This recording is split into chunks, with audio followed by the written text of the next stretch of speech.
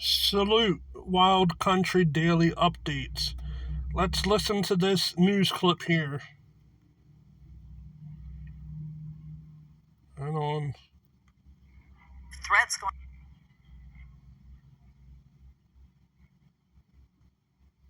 on right now. For example, there's a Marburg outbreak in Tanzania. Marburg is similar to Ebola. We're not going to have the eyes and ears on the ground to know how that's evolving and what we can do about it. So why would the Trump administration do that? What's their argument for doing this? And is it accurate? They're taking a very isolationist approach, and this is not just about health. We're also seeing it across the board with conversations about withdrawing from NATO, for example. So some of this is isolationism, this idea that we can go it alone, which unfortunately we can't with some of these problems. We really do need to collaborate. We do need diplomatic approaches, and WHO is very much about international diplomacy, providing a way for Americans to go in with others to investigate these situations. The other piece is funding. So the United States supports about 18% of the WHO's budget. We also have Americans working at WHO proportional to our contributions. And that's how we get a seat at the table, is to be funding, to be part of the process. And by stepping back, we also lose that seat at the table and the ability to help shape a response. So the CDC is not communicating with the WHO, but what is the relationship between the two?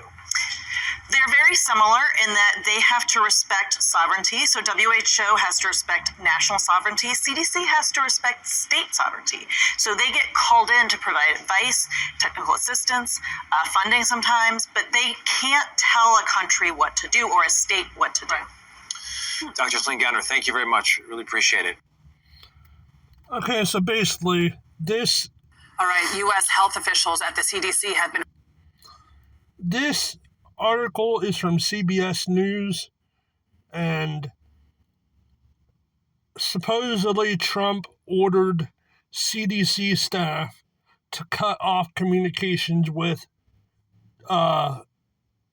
World Health Organization. And that's why I'm playing this clip right here. In order to cut off all communication with the World Health Organization. Last week, President Trump signed an executive order to withdraw the U.S. from the organization, a move that must first be approved by Congress. But CDC officials have already stopped their collaborations with the WHO, including research that could help contain virus outbreaks around the world. CBS News medical contributor Dr. Salim Gowder, editor-at-large. Okay, you already listened to that. So basically, they want to cut WHO.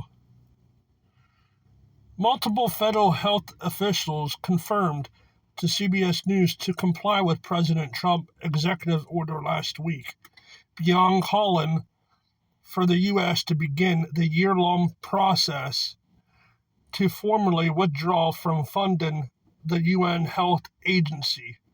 Trump's executive order had also instructed federal agencies to recall and reassign any U.S. government personnel from working with the WHO. The sweeping directive to implement the order was issued by the CDC Deputy Director for Global Health.